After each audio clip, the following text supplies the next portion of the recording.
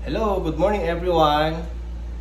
Ayan, natutuwa lang ako kaya nag-video na naman ako dahil natutuwa ako sa aking isang patient from Milan. Patient ko na siya 2019. Nagkaroon na siya ng problema dati. Sa awa ng Diyos naman ay gumaling. So, nagkaroon siya ng problema ulit. Talagang nakakatuwa lang kasi talagang umuwi pa sila mag-asawa. Yan. From Milan. From Milan. So, kumusta naman? Bakit talagang sinusundan mo ako kung dito sa Pilipinas? Ay, hindi, Dok. Kasi nagka-vertigo ako. Tapos nagpa-check up ako doon. Ganun pa rin. Kaya, ita-try ko ulit sa iyo. Baka mapagaling mo ako. Yung vertigo ko. Ayan, second session namin today. After 6 years. After 6 years na ba yun? Ayan.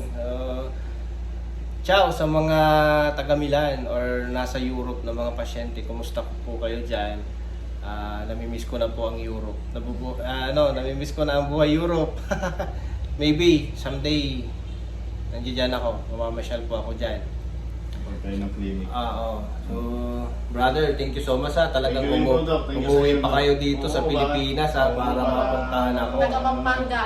Kasi Ayan. ikaw yung magaling mag-ano Nakita sa akin ng asawa ko na magaling mag-therapy, ganyan sa may mga vertigo ganyan, alis ka agad. Kaya hindi kami dalawang isip na puntahan ka kahit malayo, Pampanga pa kami galing. Oo. Bumiyay kami sa Batangas para lang mapuntahan ka doon. Kaya Layo po, galing pa po sila ng Batangas, Pampanga. Pumunta po sila dito sa Lemery, Batangas.